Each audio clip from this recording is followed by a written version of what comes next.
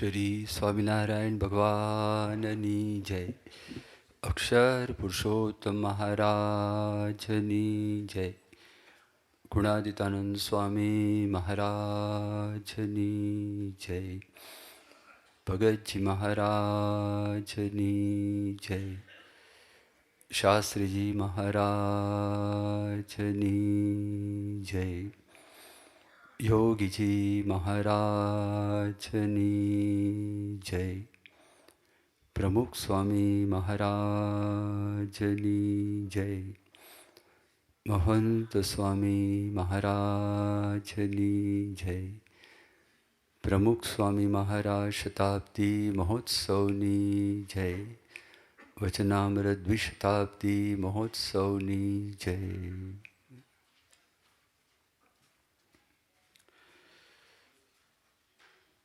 પરમ પૂજ્ય મહંત સ્વામી મહારાજ બ્રહ્મ સ્વરૂપ પ્રમુખ સ્વામી મહારાજના સ્થાન ઉપર બિરાજે છે. પરમ પૂજ્ય પ્રમુખ સ્વામી મહારાજ ઉપર ઘણું બધું લખાયું છે, ઘણું બધું બોલાયું છે, ઘણું બધું ગવાયું છે, પણ એમના જે સદ્ગુણો છે તેનો પાર પમાયો નથી. એવી જ રીતે પરમ પૂજ્ય મહંત સ્વામી મહારાજ એ સદ્ગુણોનો મહાસાગર છે, પણ એમનો જે પરિચય આપો અને જીવનની અંદર એમના જીવનમાં જે સદ્ગુણો છે એ જો આત્મસાત કરવા હોય તો એક જિંદગી પણ ટૂંકી પડે. તો કલાક સવા કલાકની અંદર એમના પરિચય વિશે કંઈક વાત કરવી તો કોઈ દિવસ આપણે એમને ન્યાય ના આપી શકીએ. એમ છતાં ફૂલ નહીં તો ફૂલની પાંખડી, ભગવાનને સન છે, ભાવના ભૂખ્યા છે. આપણી વાણી પવિત્ર થાય, આપણા કાન પવિત્ર થાય, આવી એક દિવ્ય વિભૂતિ એમના જ્યારે આપણે ગુણગાન સાંભળીએ, ગુણગાન ગાઈએ, ભગવાન આપણા પર રાજી થાય, પ્રમુખ સ્વામી મહારાજ પણ આપણા પર રાજી થાય. મહંત સ્વામી મહારાજનો પરિચયની જ્યારે વાત થાય છે તે વખતે પહેલાં પહેલી વાત તો એ છે કે નખશિક આધ્યાત્મિક પુરુષ છે. જ્યારે આપણે આ શબ્દ બોલીએ કે નખશિક આધ્યાત્મિક પુરુષ છે એટલે સ્વાભાવિકપણે આપણા મનની અંદર એ પ્રશ્ન ઊભો થવાનો કે ભાઈ આધ્યાત્મિકતા એટલે શું? આધ્યાત્મિકતાનો આત્મા એ ભગવાન છે. આધ્યાત્મિકતાનો આધાર એ ભગવાન છે. એ ભગવાનને આપણે જેટલા પામીએ એટલા આપણે આધ્યાત્મિક. પરમ પૂજ્ય મહંત સ્વામી મહારાજને પરબ્રહ્મ પુરુષોત્તમ નારાયણ ભગવાન સ્વામિનારાયણનો પૂર્ણપણે સાક્ષાત્કાર છે.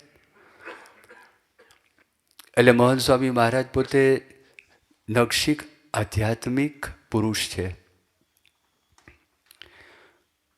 મોટપની વાત આવે આ હર્ષ પ્રવચન માળાની અંદર વર્ષની અંદર એક વખત આપણે કોઈક વિશેષ વ્યક્તિ છે એની વિશે 1997ની સાલથી પ્રવચનો સાંભળતા આવ્યા છે. તો આપણે શા માટે એ વ્યક્તિઓને પસંદ કરેલા છે? કારણ કે એ વ્યક્તિ સામાન્ય વ્યક્તિઓ કરતાં મોટા છે. આપણે જ્યારે કહીએ કે આ વ્યક્તિ મોટા છે તો એનો અર્થ એવો થાય કોઈક વ્યક્તિ એના કરતાં નાના છે. ત્યારે જ આ શબ્દ છે, શબ્દનો આપણે ઉપયોગ કરતા હોઈએ છીએ કે આ વ્યક્તિ મોટા છે. આ વ્યક્તિ આના કરતાં મોટા. ખાલી ટૂંકમાં એનો અર્થ એવો થાય છે કે જે વ્યક્તિ વધારે સુખી હોય ને એ વ્યક્તિ મોટા કહેવાય. બે માર્ગ છે, ભૌતિક માર્ગ છે અને આધ્યાત્મિક માર્ગ છે. ભૌતિક માર્ગ ઉપર ચાલેલો કોઈ પણ વ્યક્તિ એના મોઢામાંથી એવા શબ્દો કાઢેલા નથી કે મારા જીવનની અંદર મને અખંડ સુખનો અનુભવ થયો છે. અને આધ્યાત્મિક માર્ગ છે એના પર ચાલેલા હજારો લોકોએ પોતાના અનુભવમાંથી એવી વાત કરી છે કે મારા જીવનની અંદર અખંડ સુખ, અખંડ શાંતિ, અખંડ આનંદ, અખંડ પ્રસન્નતા છે, પૂર્ણકામપણાનો અનુભવ છે.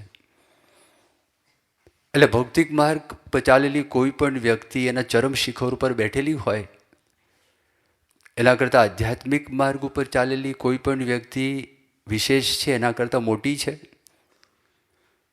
પરમ પૂજ્ય મોહન સ્વામી મહારાજ આધ્યાત્મિકતાના ઘણા બધા શિખરો છે, એમાં જે ચરમ શિખર છે એ ચરમ શિખર ઉપર પોતે એ બિરાજમાન છે.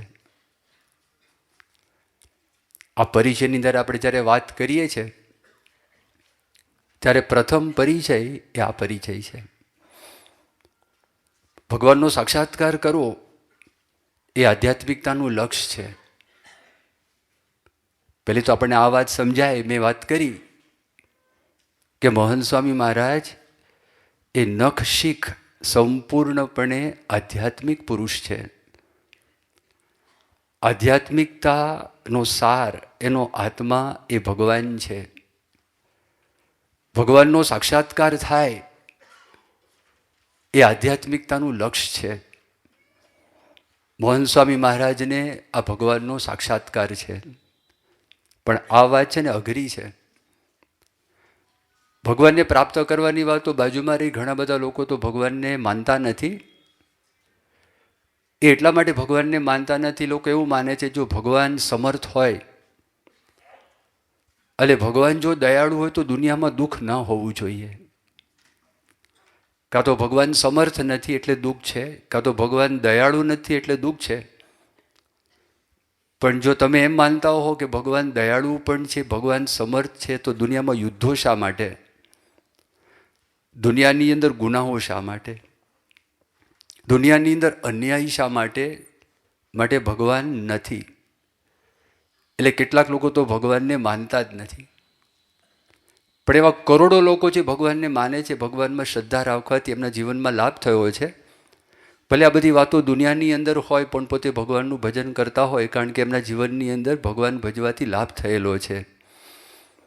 પણ એવું માને છે ભગવાન સર્વવ્યાપક છે. એ ભગવાન મનુષ્ય તન ધારણ કરે, પાછું એ વાતની અંદર લોકોને તકલીફ પડે છે. એ એટલા માટે તકલીફ પડે છે કે આટલા મોટા ભગવાન, સર્વવ્યાપક ભગવાન, એ જ્યારે માણસ થઈને પોતે આવે તો એનો અર્થ એવો થયો એક દેશસ્થ થયા. દાખલા તરીકે ભગવાન સ્વામિનારાયણ પધાર્યા.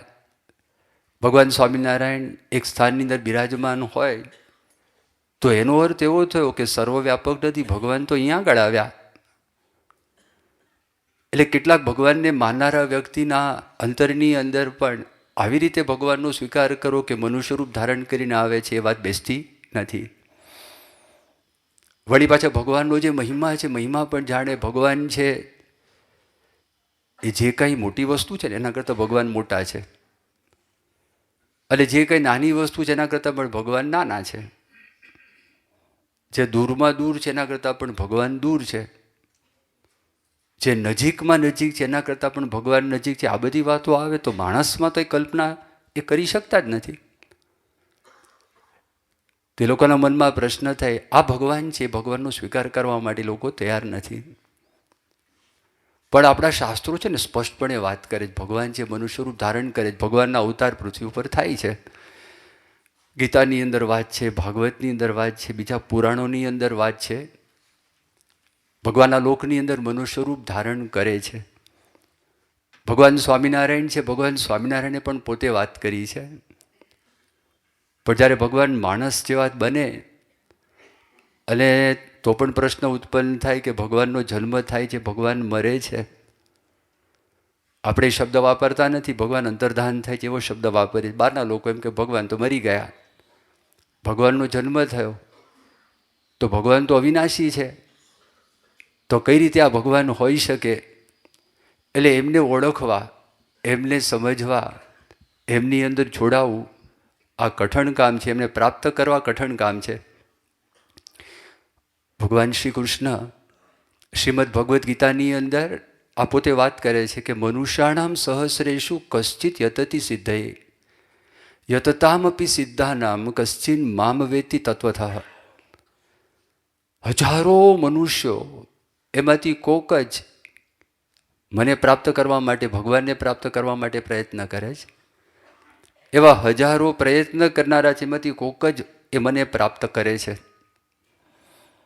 પરમ પૂજ્ય મોહન સ્વામી મહારાજ એમને યોગીજી મહારાજ મળ્યા અને યોગીજી મહારાજની અંદર એમને ભગવાન જેવો ભાવ થયો. ભગવાન સ્વામિનારાયણ આ લોકમાં પ્રગટ થયા, પરબ્રહ્મ પુરુષોત્તમ ભગવાન સ્વામિનારાયણ પ્રગટ થયા.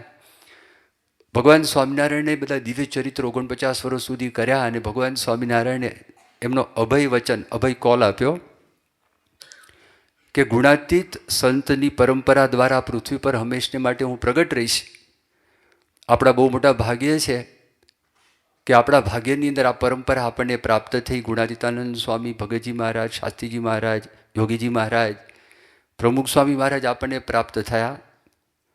અને વર્તમાન કાળે આપણને મોહન સ્વામી મહારાજ મળેલા છે. પણ એમાં જ્યારે યોગીજી મહારાજ એમને મળ્યા અને યોગીજી મહારાજ માટે આ ભાવ થયો, ભગવાન જેવો ભાવ થયો. આમ તો કેવું છે કે જો પરોક્ષની અંદર પણ આ બધી વાતો આપણે સાંભળીએ છીએ કે ભાઈ સંત છે એ ભગવાનની મૂર્તિ કહેવાય, પણ આપણા ધર્મની અંદર અને બીજા ધર્મની અંદર પણ એની કેટલીક શાખાઓમાં આ બધી વાતો આપણે સાંભળવા મળે છે.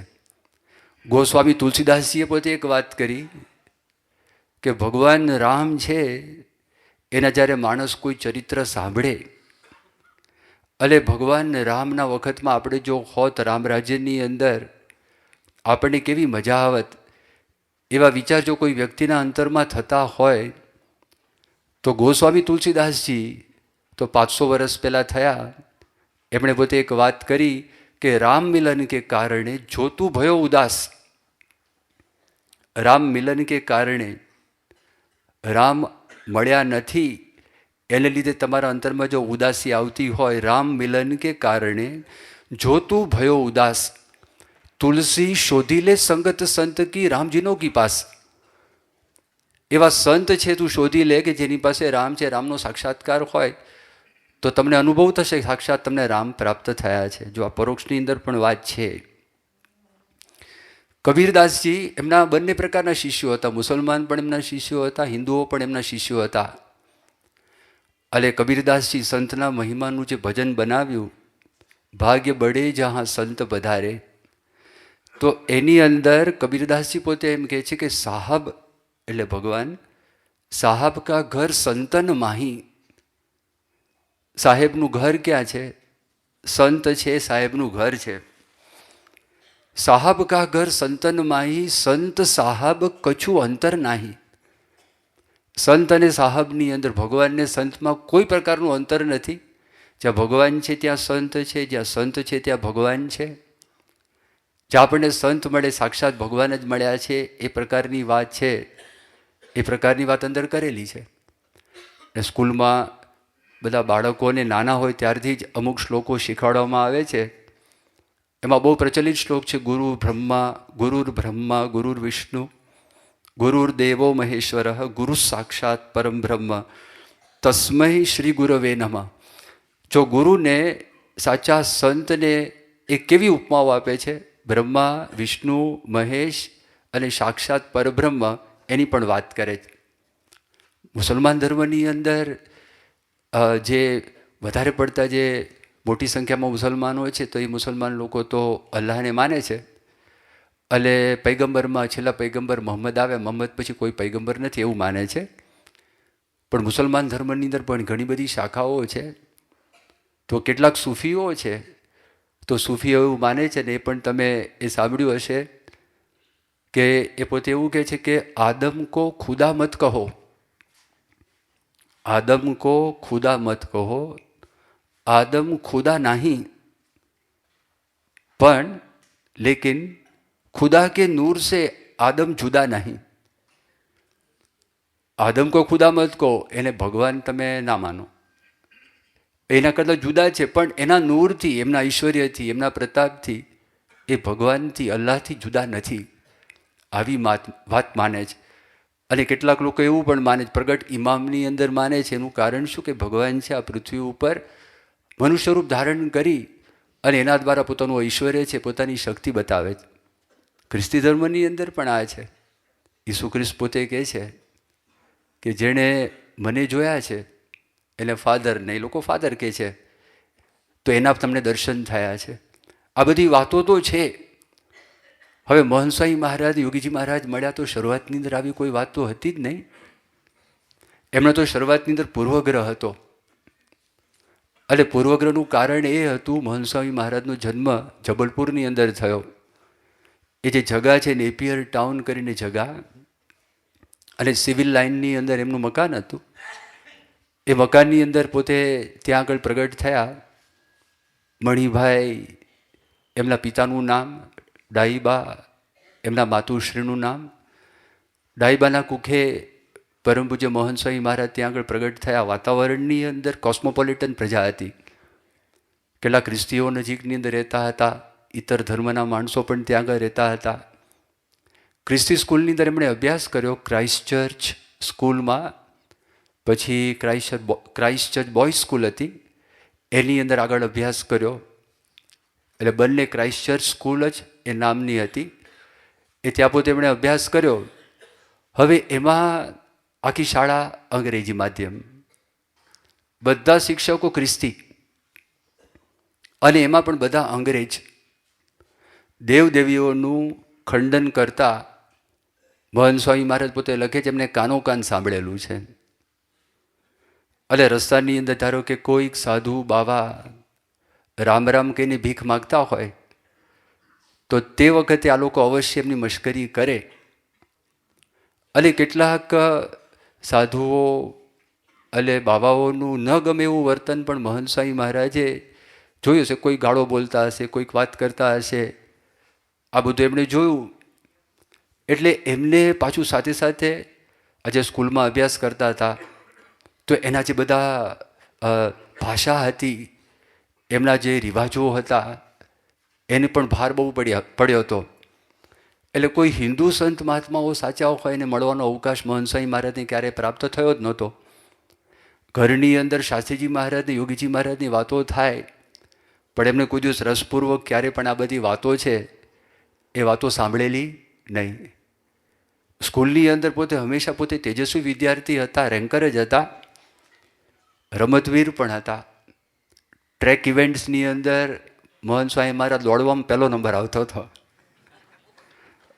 અત્યારે ધીમી ગતિ છે અને તો બધા જુઓ છો, પણ ટ્રેક ઇવેન્ટ્સની અંદર એ હંમેશા પહેલો નંબર આવતો. ફૂટબોલમાં એક સારા ખેલાડી હતા. બોક્સિંગ હતું. બોક્સિંગ મહંત સ્વામીને પૂછ્યું કે તમે કેવું હતું? કે મોટે ભાગે જીતતો હતો, પણ એક વ્યક્તિ એવો હતો ક્યારેક મને પાડી પણ દેતો હતો. સારા બોક્સર હતા, દોડવાવાળા પણ સારા હતા. અત્યારે એમની પ્રકૃતિનો સ્વભાવ તમે જોવા માટે જો કોઈ સ્વપ્નમાં પણ કલ્પના ના કરી શકે કે મોહન સ્વામી મહારાજના જીવનમાં આવું હશે. બહુ કલાકાર સારા હતા, કલાની સૂઝ બહુ સારી હતી, એમનો સ્વભાવ બહુ સારો હતો. એમના સ્કૂલના પ્રિન્સિપાલ હતા મિસ્ટર રોબિન્સન કરીને. તો રોબિન્સન પોતે એ મોહન સ્વામી મહારાજનો જે સ્વભાવ જોયો, એ સ્વભાવ જોઈને એમણે પોતે વાત કરી કે ભવિષ્યની અંદર લાગે છે કે આ ધર્મગુરુ થશે. આવું મહંત સ્વામી માટે એમના સ્કૂલના પ્રિન્સિપાલ છે તે વખતે આ પ્રકારની અટકળ એમણે કરેલી હતી. પણ સાધુ સંતો માટે એવો કોઈ ભાવ નહીં. સાધુ સંતો માટે એ પ્રકારનો પૂર્વગ્રહ એટલું નહીં, એમના જીવનની અંદર ચીઢ પણ હતી.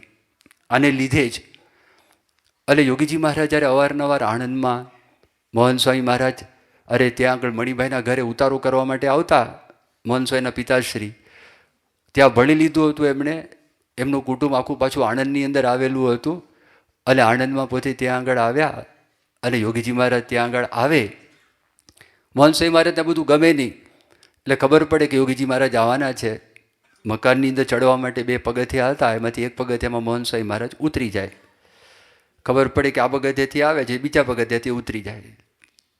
પણ એક પ્રસંગ એવો બન્યો, એ પ્રસંગની અંદર મોહન સ્વામી મહારાજ ઉતરતા હતા અને એ જ પગથિયે યોગીજી મહારાજ ચડ્યા.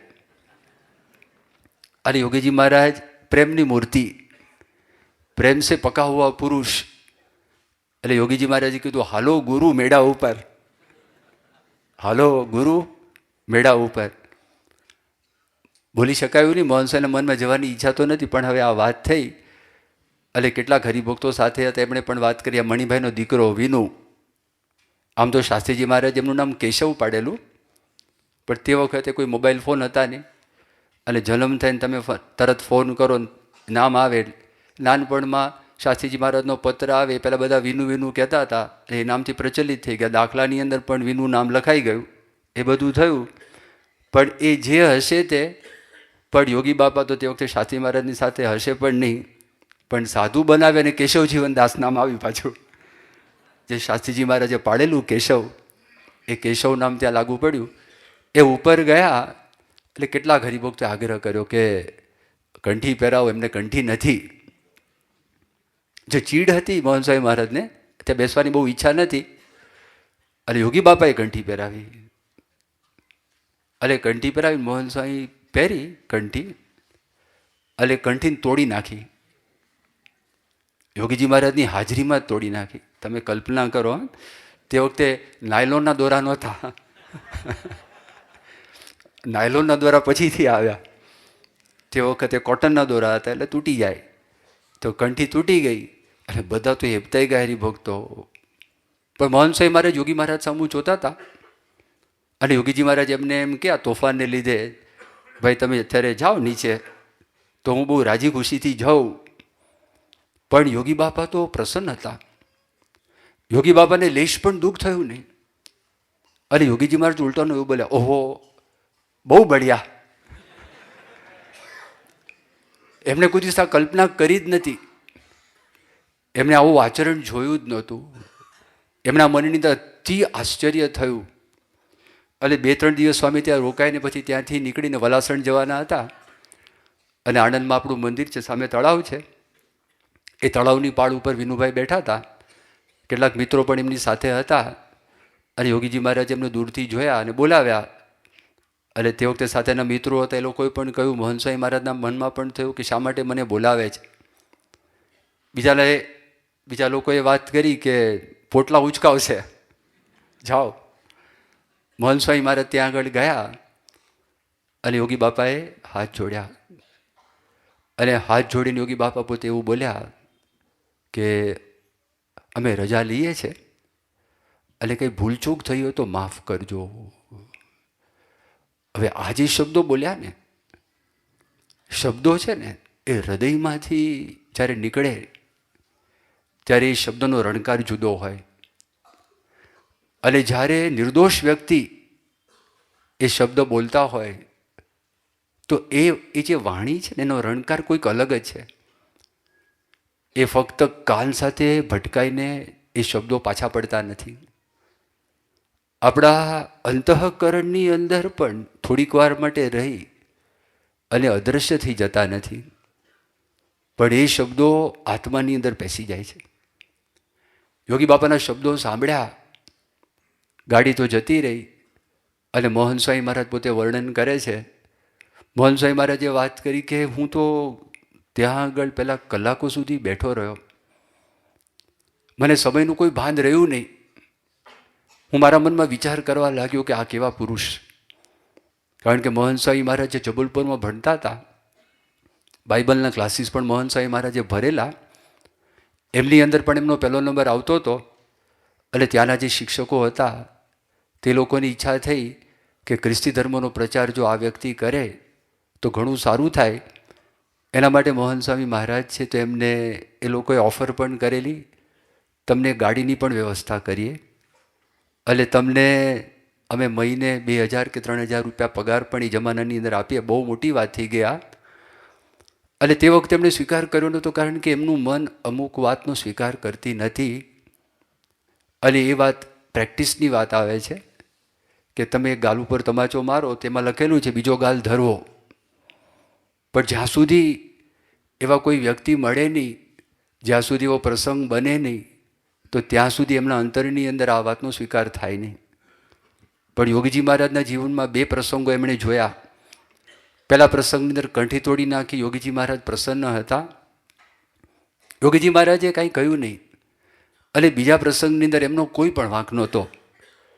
અને છતાં પણ યોગીજી મહારાજે એમની પાસે માફી માગી. અને યોગીજી મહારાજે એવું બોલ્યા કે તમે મને માફ કરજો. ત્યારે એમના મનની અંદર એમ થયું કે આ બાઇબલનું હું ભણતો હતો, એમાં બધી ક્ષમાની વાત તો બધી લખેલી છે, પણ મૂર્તિમાન આ ક્ષમાનું જે સ્વરૂપ છે આ જોયા. અને એમના જ શબ્દોની અંદર જેમ હરણને કોઈ ગોળી મારે ને એવી રીતે મારા અંતરની અંદર યોગીજી મહારાજના શબ્દો ગોળી સમાન હતા. એ રાત્રે મને ઊંઘ આવી જ નથી. કલાકો સુધી આ વિચારની અંદર જ હું ખોવાયેલો હતો.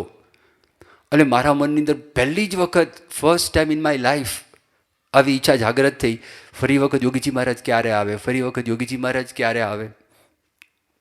મોહન સ્વામી મહારાજનો સ્વભાવ કેવો શરમાળ. મોહન સ્વામી મહારાજ પહેલેથી મિતભાષી, પહેલેથી મનનશીલ. એક કલાકો સુધી બેઠા હોય તો એમને કોઈ દિવસ વાંધો ના આવે. કોઈક વ્યક્તિના મનની અંદર થાય શું કરતા હશે. ઘણા બધા વર્ષો પહેલાં વિદ્યાનગર પધારેલા મોહન સ્વામી મહારાજ, અને તે વખતે ફર્સ્ટ હોસ્ટેલનો A block, B block, C block, એમાં યોગીજી મહારાજના વખતમાં A બ્લોક તૈયાર થયો. થોડીક રૂમો ત્યાં હતી. એની બાજુમાં જ કાટખણા ઉપર એક નાનો હોલ હતો, હરિમંદિર હતું, સાવ નાનું. અને તમે હરિમંદિરમાંથી બહાર નીકળો, પગથિયા આવે ઉપર ચડવાના, અને ત્યાં જે સામે આમ બધી રૂમો 10-12 રૂમો હતી, પણ જે સામેની રૂમ, આમાં મોહન સ્વામી મહારાજ ત્યાં આગળ ગેલેરીની અંદર બેઠા હતા. એમાં જનમંગલ સ્વામી દર્શન કરવા માટે આવ્યા. જનમંગલ સ્વામી દર્શન કર્યા, અને દર્શન કરીને જનમંગલ સ્વામી પછી નીકળી ગયા. એમને કંઈક કામ હશે. 3-4 કલાક પછી પાછા આવ્યા ને એ જ સ્થાનમાં મોહન સ્વામી મહારાજ બેઠા હતા. કશું હાથમાં નહીં, કોઈ પુસ્તક નહીં, કાંઈ જ નહીં, માળા નહીં. તો મોહન સ્વામી મહારાજને પૂછ્યું કે તમે શું કરો છો? કે વિચાર.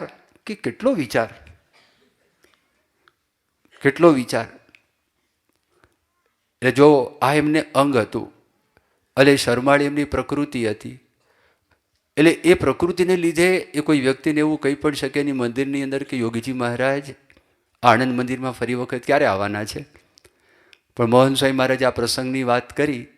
અને વાત કરતાં મોહન સ્વામી મહારાજ પોતે એવું બોલ્યા કે હું ઘણી બધી વખત આણંદ મંદિરે જતો, અને બહાર છે ને દરવાજા પાસે ઊભો રહેતો, અને દરવાજા પાસે ઊભો રહીને અંદર હું જોઈ લેતો કે યોગીજી મહારાજ આવ્યા છે, કંઈ ચહલ પહલ છે, કંઈક વાતચીત થાય છે.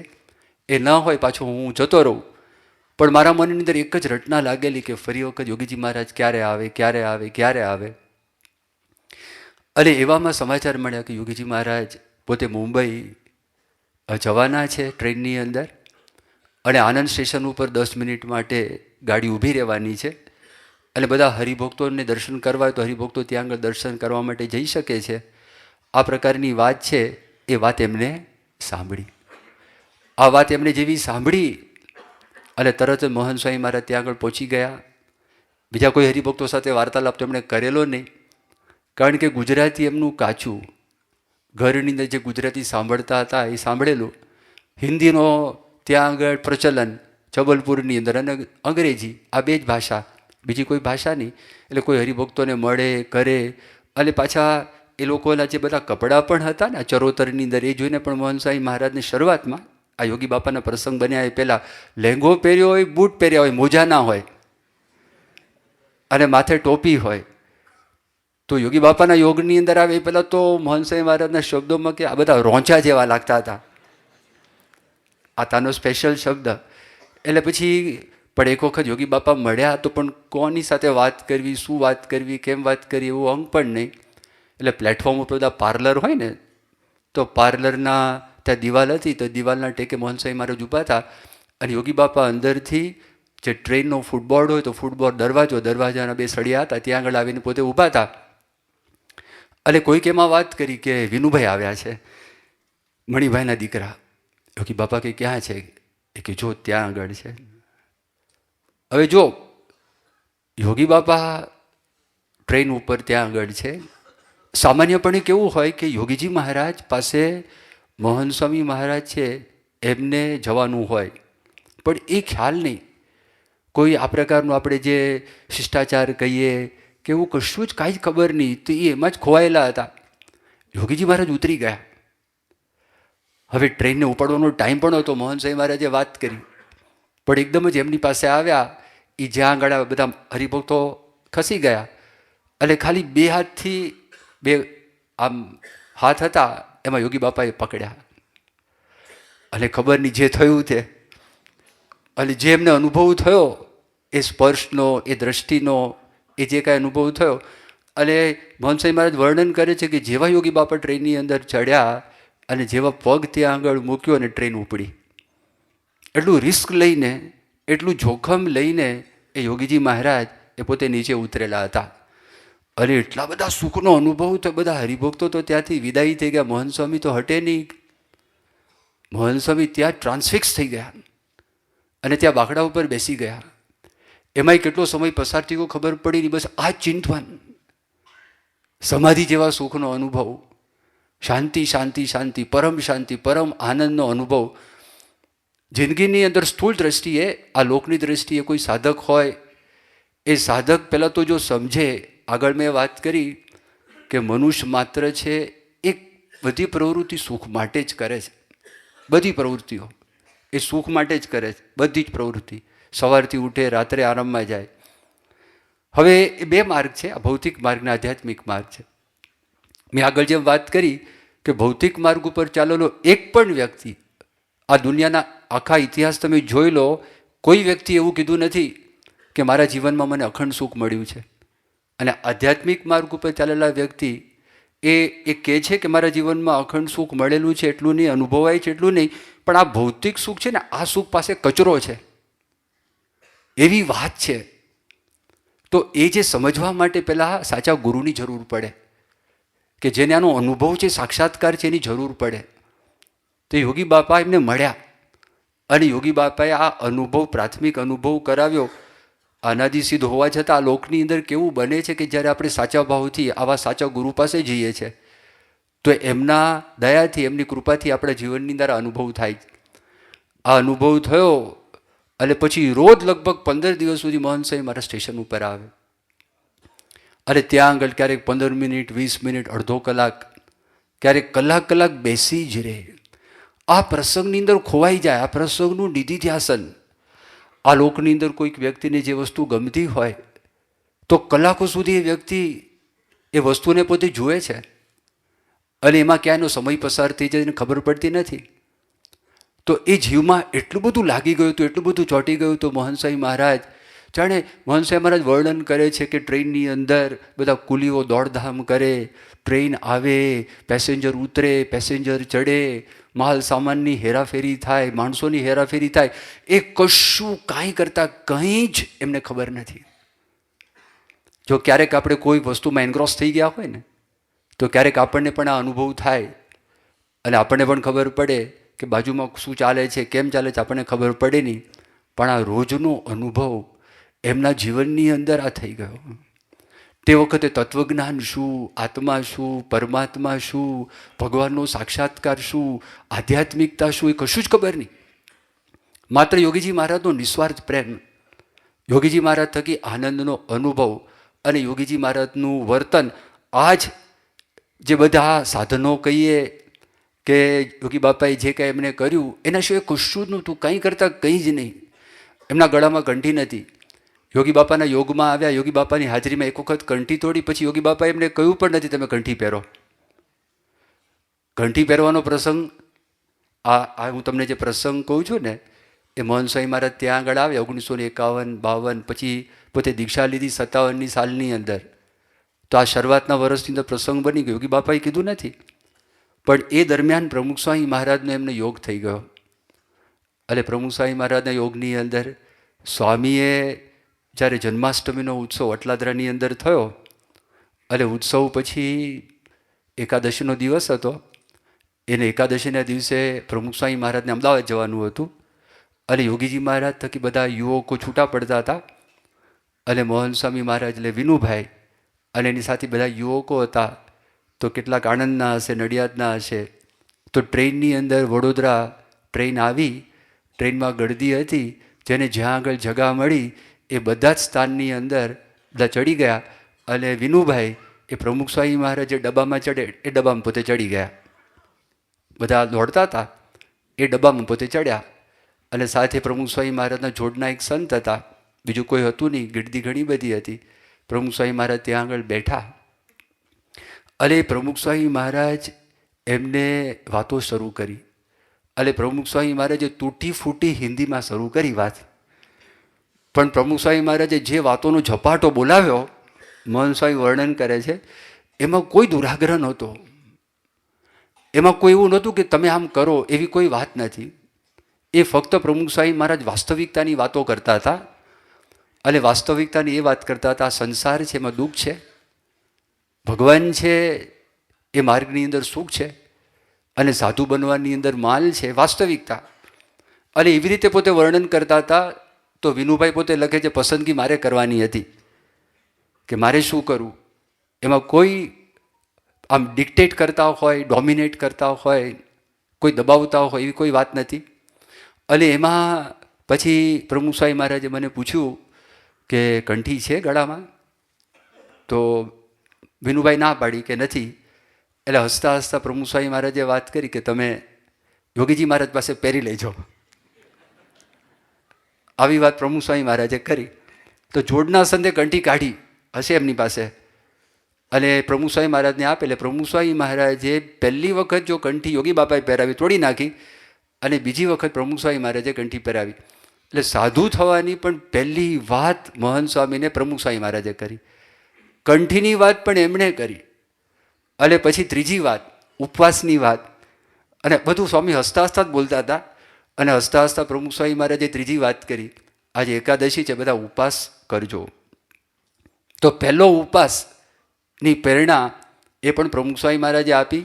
અને જ્યારે આણંદ સ્ટેશન આવ્યું, બીજા બધા જે બીજા ડબ્બામાં બેઠા હતા એ પણ પ્રમુખ સ્વામી મહારાજના દર્શન કરવા માટે આવ્યા.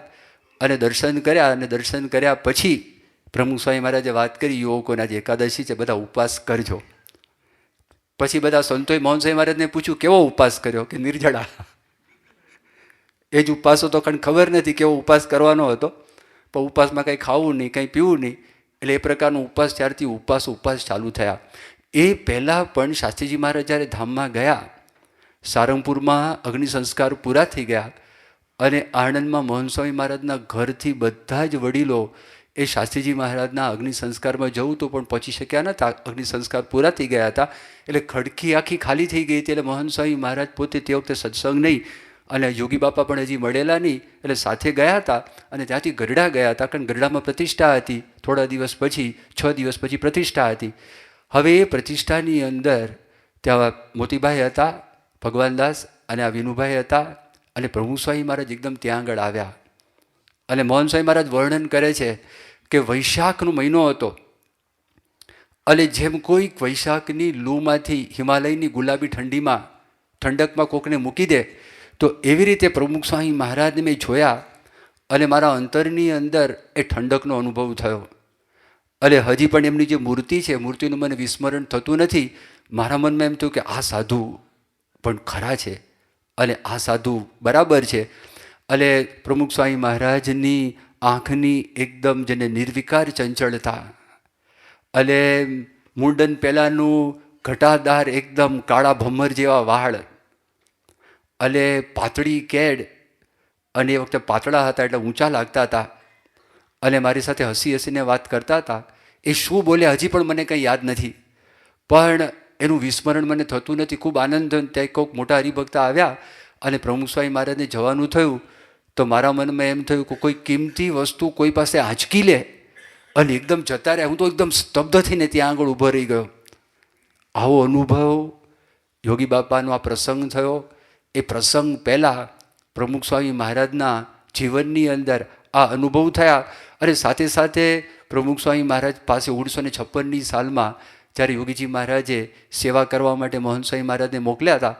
અને તે વખતે મોહન સ્વામી મહારાજને એવું કહ્યું કે પ્રમુખ સ્વામી મહારાજની સાથે રહેજો. એટલે પેટલાથી નીકળ્યા હતા. અને ટ્રેનમાં બેઠા ને એમાં બેસી અને લોકો અમદાવાદ આવ્યા. અને અમદાવાદ આવ્યા, આંબલીવાડી પોળની અંદર નાનું મંદિર હતું. તે વખતે વિનુભાઈ વાત કરે છે કે મને તો સેવક તરીકે મોકલેલા. એ નાનું મંદિર, એ મંદિરનો કારભાર સંભાળતા હતા બબુભાઈ પટેલ. પણ આ કારભાર સંભાળતા હતા એટલે બધા બબુભાઈ કોઠારી તરીકે બોલાવતા. પણ લખે છે મોહન સ્વામી મહારાજ લખે છે કે એ કરકસર્યો જીવ અને મમત્વ, એટલે ખાવાનું છે ને ઝોકી ઝોકીને આપે. એક માણસ હોય તો આટલા ચોખા, આટલો જ ઘઉંનો લોટ, આટલું શાક, એક બટાકું હશે ખબર નહીં, એટલું શાક. તો પ્રમુખ સ્વામી મહારાજ રસોઈ બનાવે. રસોઈ બનાવીને ખબર નહીં, એમને ખબર પડી કે મોહન સ્વામી મહારાજને ભાત ફાવતા નથી. એટલે પછી એ જેટલી રોટલી બનાવે ને વિનુભાઈને પીરસે, એ જમે, બીજી પીરસે કે હું જમી જાઉં, પાછી આપે, હું જમી જાઉં. હું વિચાર ન કરું પાછળ વધી છે કે નથી વધી. એ મને જેટલી આપે એટલી બધી હું ખાઈ જતો. અને પાછળ જે વધ્યું હોય એ પ્રમુખ સ્વામી મહારાજ પોતે અંગીકાર કરતા અને સ્વીકાર કરતા. એ પ્રસંગ પોતે યાદ કરે. પછી ત્યાંથી નીકળીને અટલાદરા જવાનું હતું. એટલે સ્ટેશનની અંદર ગળદી, એટલે આમાં ડબ્બા ટ્રેનમાં ગળદી.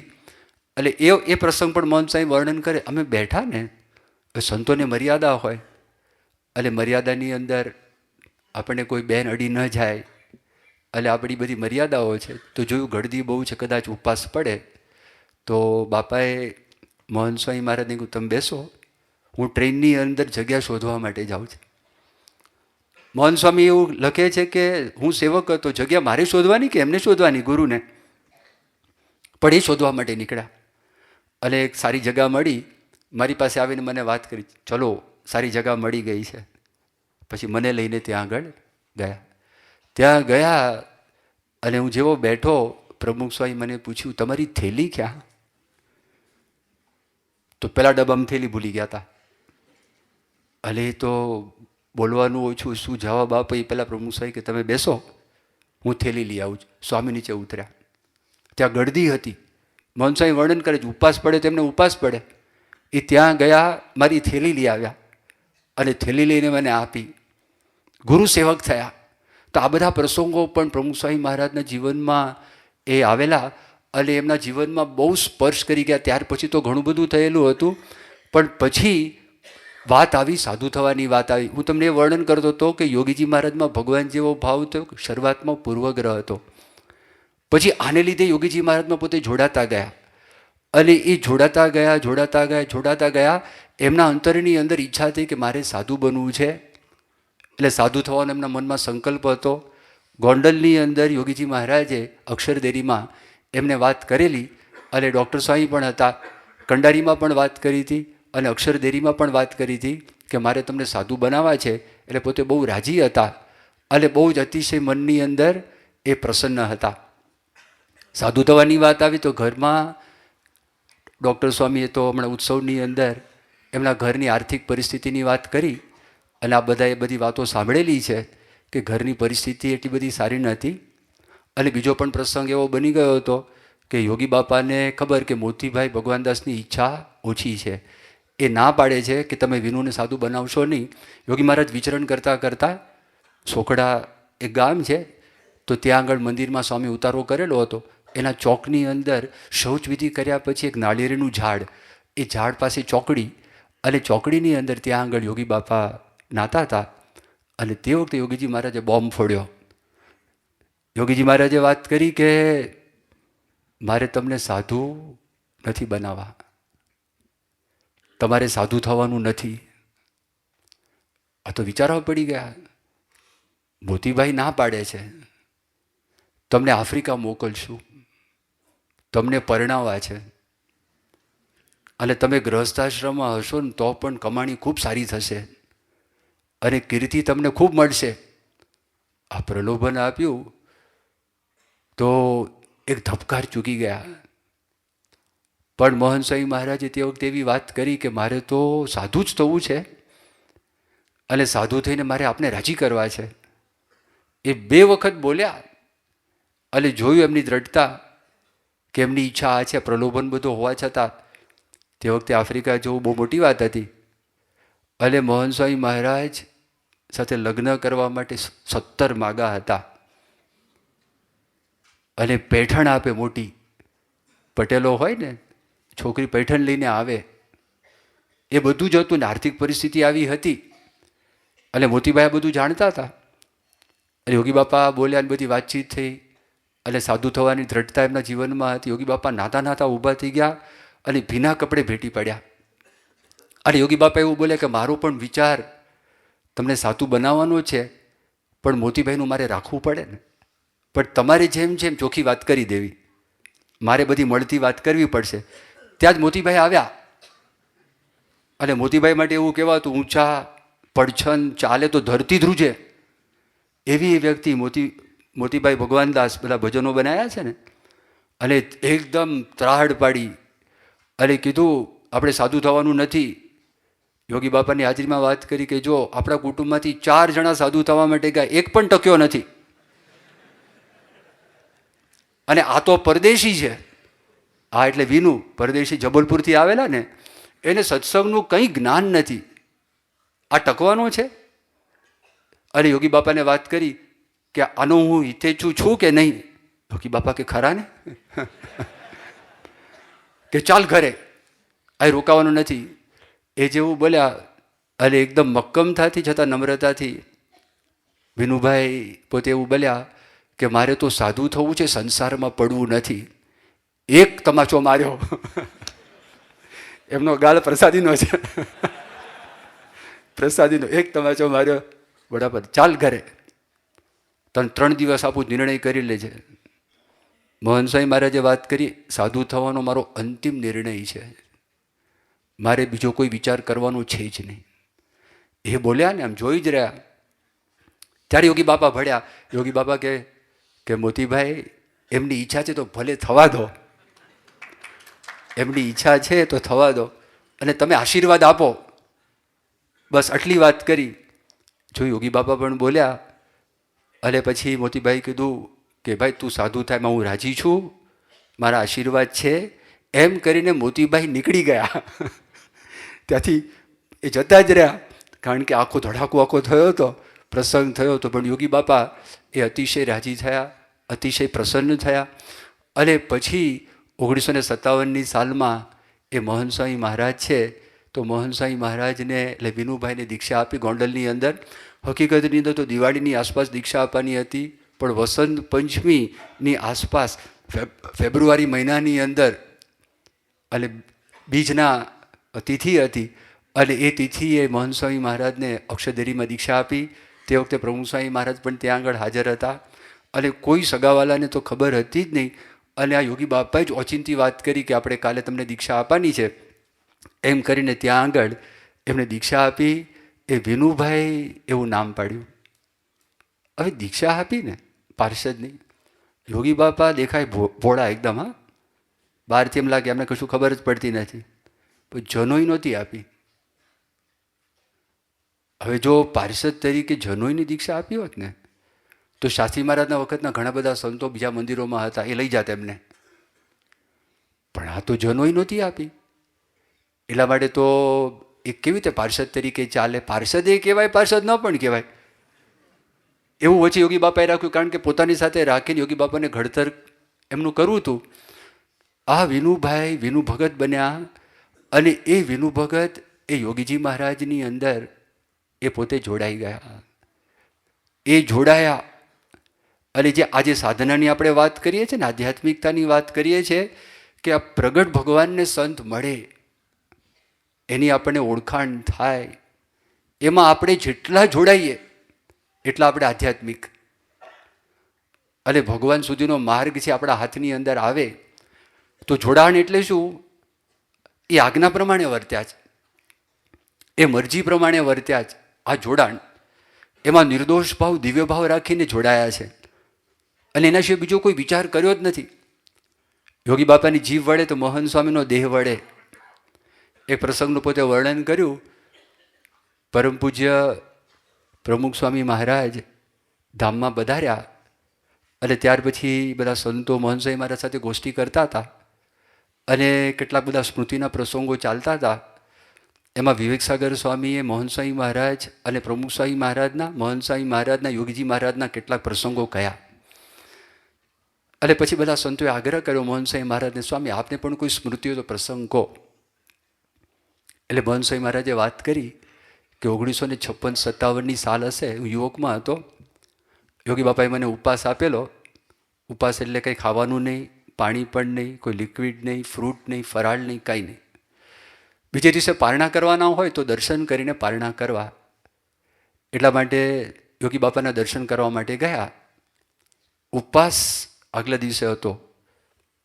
હવે જે માણસે નિર્જળા ઉપવાસ કર્યો હોય ને, જેમ ઉપવાસી નરને આવે અમૃતનું નોતરું, તે પળ એક ખમે નહીં, જાણે કઈ વાર તે હું પાન કરું. આપણે તો રાહ જોતા હોય, છૂટીએ, તીર નીકળે ને બાણમાંથી, ધનુષમાંથી, ક્યારે પારણા કરીએ. અને જ્યાં દર્શન કરવા માટે આવ્યા, યોગી બાપાએ કીધું કે આજે નિર્જળા ઉપવાસ કરશો? બીજો કે હા બાપા, કરી નાખ્યો ઉપવાસ. પાછા ત્રીજે દિવસે આશીર્વાદ લેવા માટે આવ્યા, દર્શન કરવા માટે આવ્યા. યોગી બાબા કે આજે ઉપવાસ કરશો નિર્જળા? હા સ્વામી. ત્રીજો 5 સળંગ ઉપવાસ આપ્યા. અને છઠ્ઠે દિવસે યોગીજી મહારાજે જાતે શરબત બનાવ્યું. અને શરબત બનાવીને મોહનસિંહ મહારાજને પાયું, લીંબુનું પાણી પાયું. અને કોઈ બધા સંતોએ પૂછ્યું, સ્વામી આપને 5 ઉપવાસ આપ્યા, યોગી બાપાએ આટલું બધું? એ કહે યોગી બાપાને પ્રેમ હોય ને હેત હોય તો જ આપે, એમને દયા હોય તો જ આપે. સળંગ 5 ઉપવાસ, કોઈ વિચાર નહીં, કોઈ શંકા નહીં, કંઈ કરતા કંઈ નહીં. એમણે કહ્યું છે માટે કરવાનું છે. જો નિર્દોષ ભાવ દિવ્ય ભાવથી એમણે યોગી બાપાનું સેવન કરેલું છે. નિર્દોષ ભાવ દિવ્ય ભાવથી જે વ્યક્તિ બુદ્ધિશાળી હોય, એક પળની અંદર માણસને ઓળખી જાય, એમને ખબર પડે કે એના મનની અંદર કયો વિચાર ચાલતો હશે. જ્યારે ભણતા હતા ત્યારે ગણિત પણ બહુ પાવરફુલ હતું, લોજિક પણ બહુ પાવરફુલ હતું. ભણવાના બધા વિષયોમાં તાર્કિક દ્રષ્ટિએ મૂલવણી કરવા માટે ટેવાયેલા હોય. અને યોગીજી મહારાજ એમને એમ કહે કે જાઓ તમે ખેતરની અંદર કાંકરા વીણવા માટે જાઓ. તે કાંકરા વીણવા માટે યોગી બાપા મોકલતા, તે સાથે બધા આફ્રિકાથી સાધુ થવા માટે આવેલા એ લોકોને પણ ભેગા લઈ જાય. ગોંડલની અંદર પાછળ વાડી છે, તો કાઠિયાવાડની અંદર તો પથ્થરની કાંકરા સિવાય કાંઈ જ ન હોય. વીણીને તમે નાખો ક્યાં? ગુજરાતની ભૂમિ ખોદો તો ગુજરાતની ભૂમિ એમાં એક પણ પાણો ના આવે. કાઠિયાવાડની જે ભૂમિ છે, કાઠિયાવાડની ભૂમિમાં તમે પથ્થર સિવાય કશું છે જ નહીં. ખોદો તો પથ્થર, ખોદો તો પથ્થર, પથ્થર પથ્થર પથ્થર ને કાંકરી.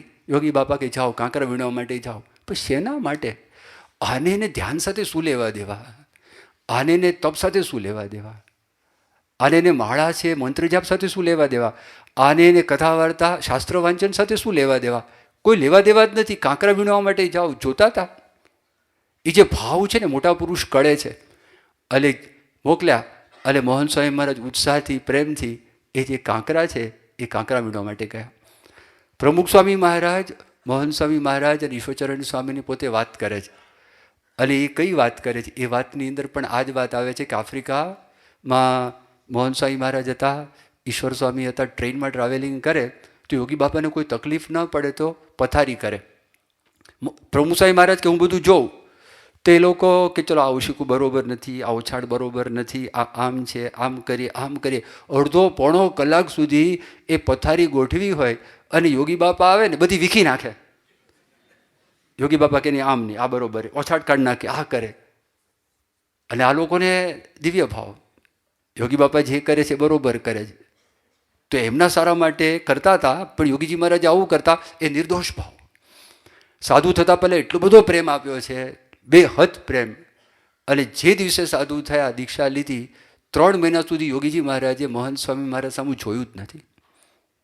એમનું અસ્તિત્વ છે કે નહીં. આમ લાગે કોઈ માણસની ઉપેક્ષા કરતા હોય, તમને સામે મળે ને તમે એની સામે જોવો નહીં, તમને બોલાવે નહીં, એ કેટલું વસમું લાગે. 3 મહિના સુધી સતત એક જ કાર્યક્રમ ચાલ્યો રહ્યો, જોવે જ નહીં, કંઈ કરતાં કંઈ નહીં. ઉલટાનો એમાં પ્રસંગ એવો બની ગયો, મોજીદડની અંદર ત્યાં નદી છે. મોજીદડ મંદિરે ગયા, નીચે નદી, ઉપરથી નીચે તમારે જવાનું થાય. જૂના મંદિરમાં ઉતરેલા, તે વાસણ ઉટકવા માટે આ ભગતને જવાનું, એટલે વિનુભાઈ વાસણ ઉટકવા માટે ગયેલા. હવે એમાં કાંઈ નાનું તબેતું એક વેંતનું હતું. હવે એ કંઈક મિસપ્લેસ થઈ ગયું. જૂના મંદિરના સંતો ત્યાં આગળ આવેલા હતા, મૂળીના. એક જ મંદિરમાં બંનેનો ઉતારો હતો. એટલે એમણે યોગી બાપાને ફરિયાદ કરી, આ તમારા ભગત કહેવાય છે, આ તબેતો ખોઈને આવ્યા છે.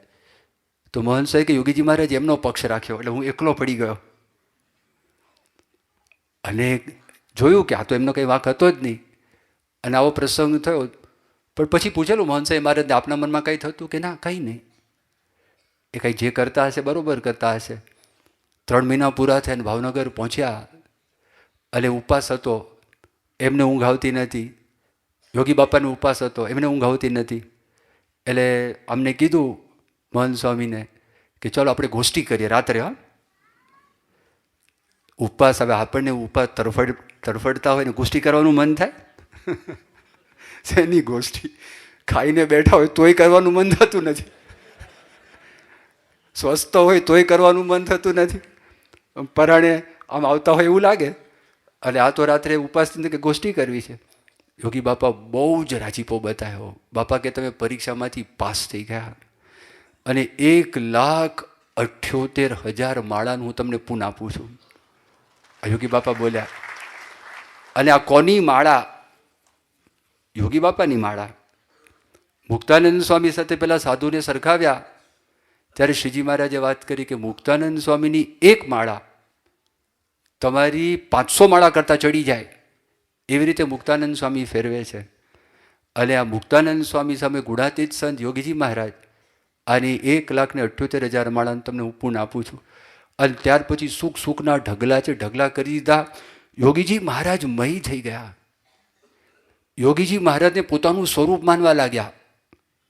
આપોપોનું આપણે જે વાત કરીએ છીએ, એમને એમના દ્વારા ભગવાનનો સાક્ષાત્કાર તો થયો, પણ આ આખી સાધના છે, એ જે સત્પુરુષ છે, આપણો નમૂનો છે, આપણો મોડલ છે, એમના જેવા આપણે થવાનું છે. તો એમને પોતાનું સ્વરૂપ માનવા લાગ્યા.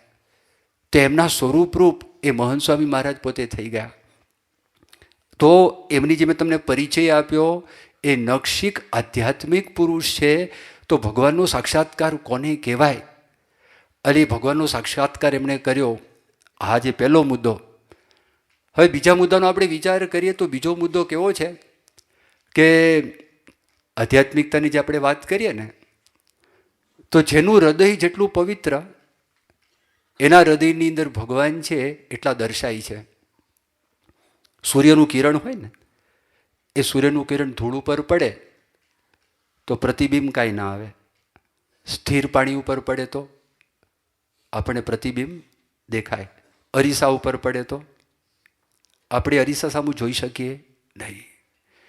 એમ જેનું હૃદય જેટલું પવિત્ર, એટલી માત્રાની અંદર ભગવાન ત્યાં આગળ પ્રગટ થાય છે. હવે દોષો કયા છે? તો શ્રીજી મહારાજ પોતે વર્ણન કરે છે. લોભ, સ્વાદ, સ્નેહ, માન, કામ. આ જે દોષો બતાવેલા છે 5. હવે જો શ્રીજી મહારાજે વાત કરી, આ જે દોષો છે એ જ માણસને દુઃખ આપે છે. પદાર્થ માણસને જુએ છે, તો પદાર્થ છે ને એ દોષ નથી, પણ એને લીધે માણસ એ લોભને લીધે પાપ કરે છે, એ દોષ આવે છે. એમ 5ની અંદર વાત છે. આપણે જે વર્ણન કરીએ છીએ, આજે માણસને આમાંથી તો સુખ ભોગવે છે. માણસ લગ્ન કરે છે સુખ માટે, પદાર્થ રાખે છે પણ સુખ માટે, એમાંથી સુખ તો આવે છે. જમે છે પણ સુખ માટે, સ્વાદ છે, સારું ખાવાનું ભાવે છે. સ્નેહ, સગાવાલાની હૂંફ મળે છે. ઓફિસમાં ધંધેથી કામ કરીને જાઓ, તમને હૂંફ આપનારું કોણ છે? ઘરની અંદર દાખલ થાવ, ભાઈ હોય, બહેન હોય, માતા હોય, પિતા હોય, દીકરા દીકરી છે, એની હૂંફ મળે છે, એમાંથી પણ સુખ મળે. આપણી કોઈ પ્રશંસા કરે તો પ્રશંસા પણ આપણને ગમે છે, એ માન પણ આપણને ગમે, એમાંથી સુખ તો આવે છે. પણ ભગવાનના જે અમુક નિયમોમાં રહીને આપણે જો આ બધું ભોગવે તો આપણને વાંધો ના આવે. પણ જો નિયમનો લોપ કરીએ તો એમાંથી દુઃખ આવે, એ દોષ બની જાય છે. અને માણસ આજે દુનિયાની અંદર જેટલા યુદ્ધો છે અને જેટલા ઝઘડા છે અને જેટલો કંકાસ અને જેટલી તકલીફો છે, એના મૂળની અંદર આ વાત છે. હવે આ ન હોય ને તો સમજવું ત્યાં ભગવાન હોય. એ મહારાજે વતનામૃતમાં વાત કરી છે. નિષ્કામ, નિર્લોભ, નિસ્વાદ, નિસ્નેહ, નિર્માન. શાસ્ત્રમાં 5 લખેલા છે વર્તમાન. એને યુક્ત જે સંત, એ સંતને ભગવાનનો સાક્ષાત સંબંધ હોય. ગરડા અંત્ય પ્રકરણનું 27મું વતનામૃત. આ આધ્યાત્મિકતા આવી. જેનું હૃદય જેટલું શુદ્ધ એટલો વધારે આધ્યાત્મિક, કારણ કે એટલા પ્રમાણમાં જ ભગવાન ત્યાં આગળ પ્રગટ થાય. મોહનસાઈ મહારાજનો વિચાર કરે. મોહનસાઈ મહારાજના જીવનની અંદર પંચવર્તમાન તમે જો, નિષ્કામી વર્તમાનની મેં તમને વાત કરી. 1956-57માં જ્યારે પ્રલોભન આવ્યું, યોગી બાપા કે તમને પરિણાવા, ત્યારે મોહનસાઈ મહારાજ ના પાડે છે.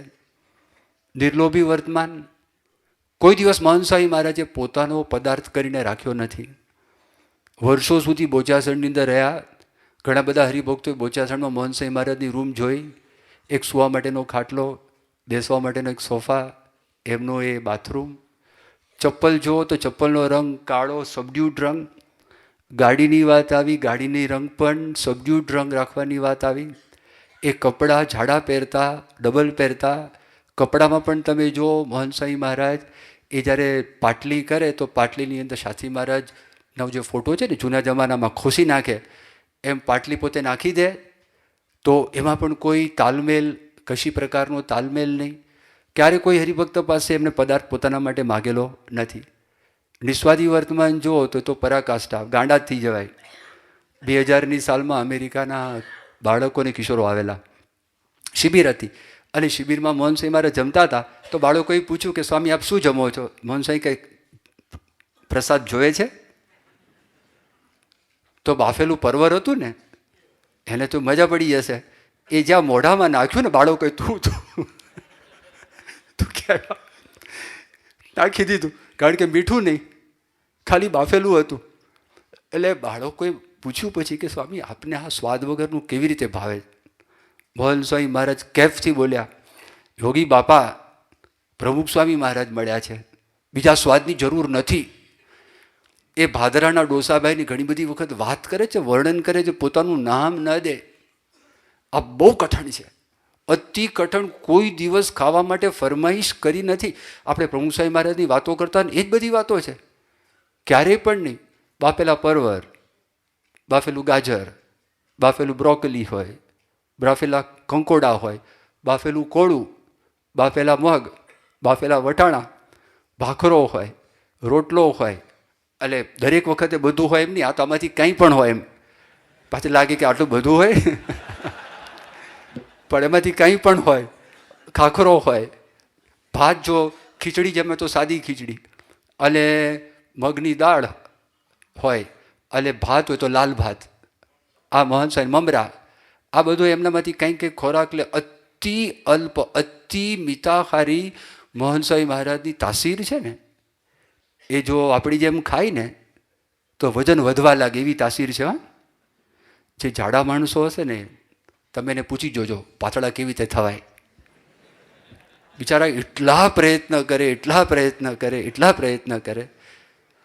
તો મોહનસાઈ મહારાજની તાસીર એવી છે, જો હમણાં સહેજ છૂટું મૂકે ને તો વધવા લાગે શરીર.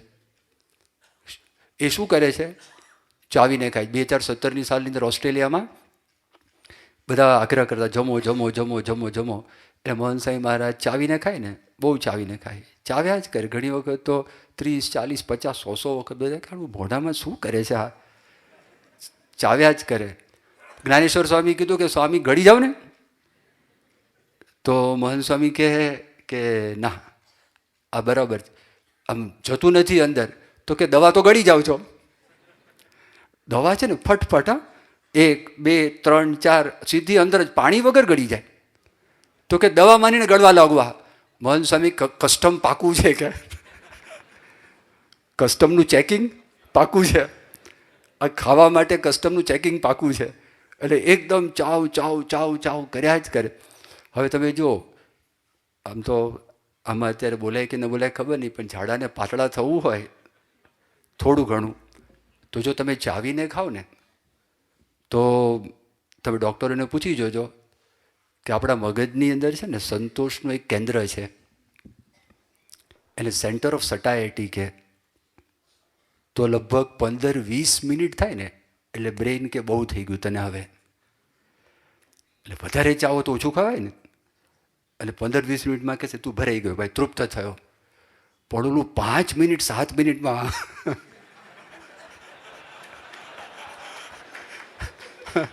આખો ઢગલો કરી દે અને પછી થાય આ તો મોહન સ્વામી મહારાજ જો. પછી તમે કોઈની પાસે પરાણે કરાવો ને, આ સ્વાદ વસ્તુ એવી છે ને હાલું કે માણસ બિચારા ગ્રહસ્થ કે કમાઈએ છે જ ખાવા માટે ભાઈ, તો શાંતિથી ખાવા તો દો. એવું એના મનની અંદર હોય. વજુભાઈ શેઠ એવું બોલતા, કમાય છે એના માટે તો ખાવા તો દો તમે. પણ હવે જો તો મોહન સ્વામી મહારાજનું આ અંગ કશું સ્વાદ આવે નહીં.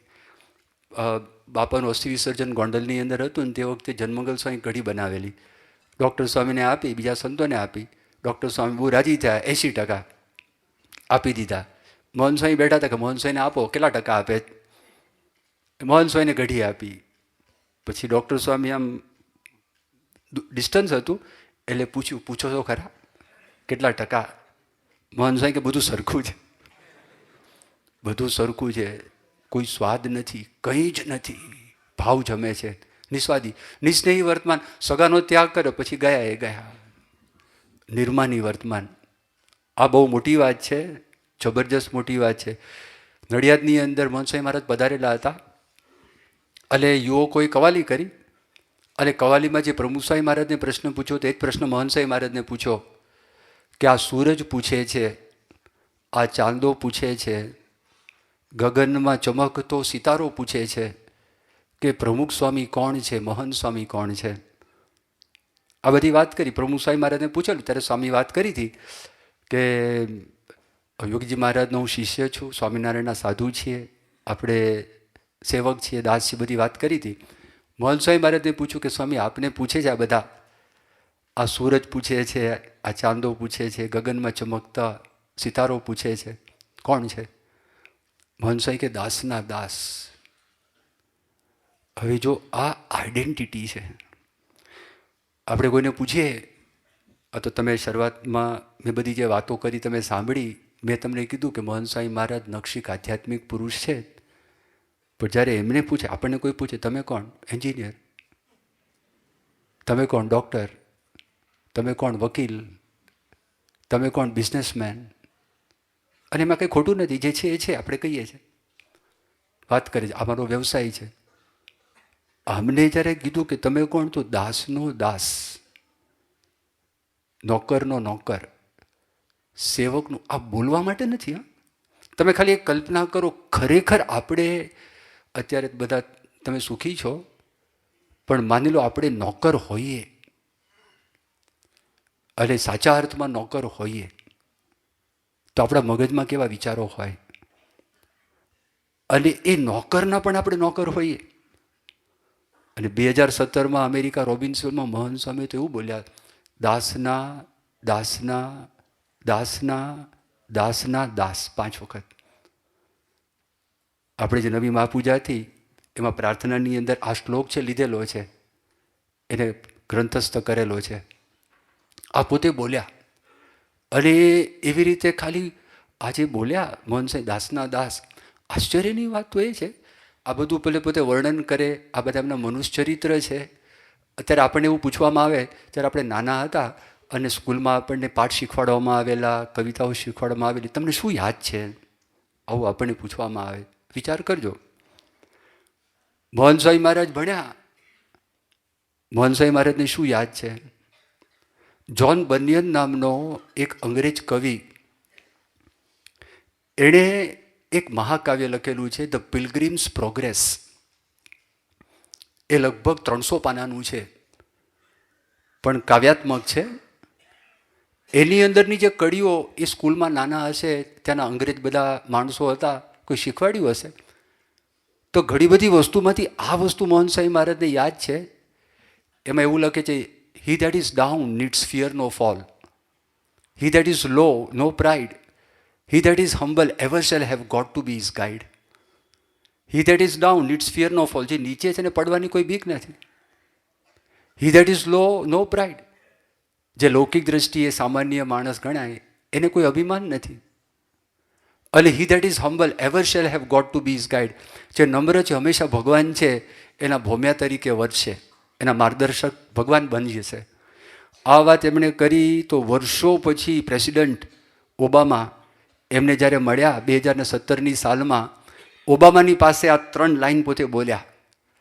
અને ઓબામાને મળવાની જ્યારે વાત કરી કે તમને મળવાની ઈચ્છા તેનું કારણ શું, ત્યારે મોહનસિંહ મહારાજે વાત કરી તમે નિર્માની છો એટલે મળવાની ઈચ્છા થઈ. અને ઓબામા માટે બધાને એની સાથે કામ કરનારા માણસોને ખબર કે આ વ્યક્તિ નિર્માની છે, રાષ્ટ્રપતિ.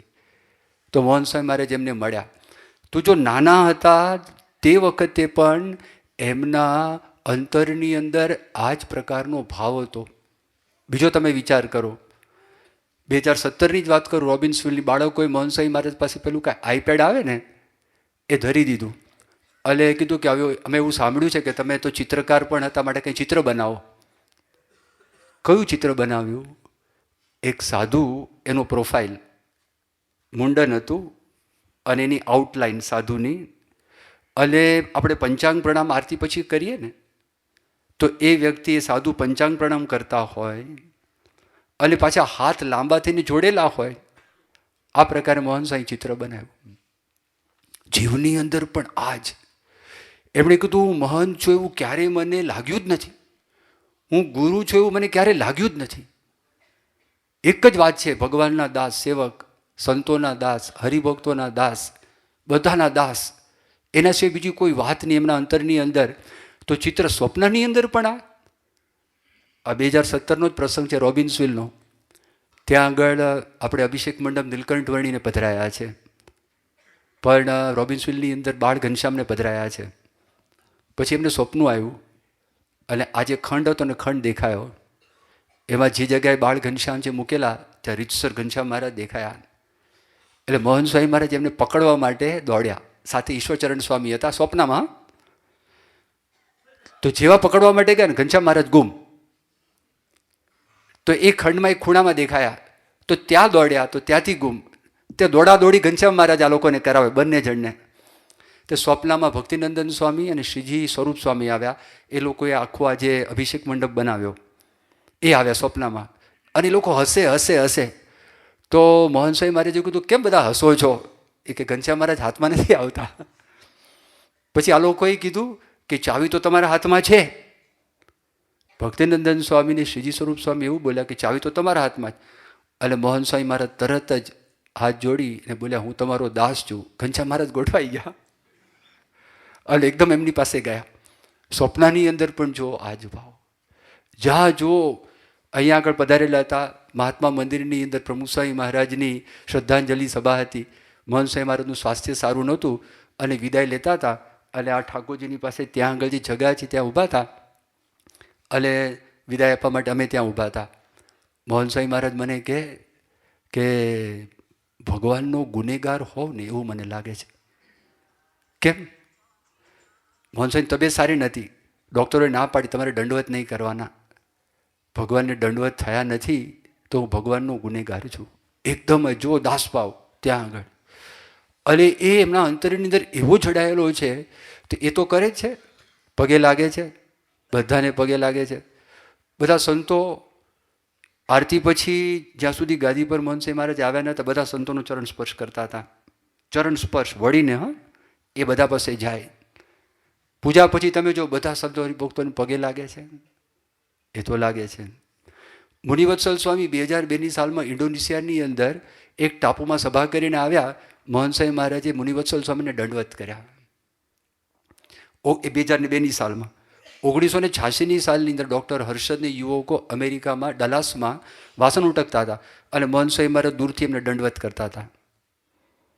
આનંદ વિહારી સ્વામી યુવકમાં હતા. 1986ની સાલમાં એમણે ઉપાસ કરેલો. રાત્રે 11 વાગે મોહનસિંહ મહારાજ બોચાસણ આવ્યા અને બહુ ગરમી હતી અને પોતે સ્નાન કરીને બહાર આવ્યા. મોહનસિંહ મહારાજના કપડાં ધોતા હતા. મોહનસિંહ મહારાજ બાથરૂમને દંડવત કરતા હતા. પેલા બહાર આવીને કીધું સ્વામી કોને દંડવત કરો? એ કે તમે મુંબઈ છોડીને આવ્યા, તમને આજે ઉપવાસ છે, છતાં પણ તમે આ સેવા કરો છો. અને યોગીજી મહારાજ યુવકોને જોઈને બહુ રાજી થતા, એટલે હું તમને દંડવત કરું છું. જો હવે આ બધા પ્રસંગો તો કોઈને ખબર જ નહોતા, પણ આવું બધું થયું.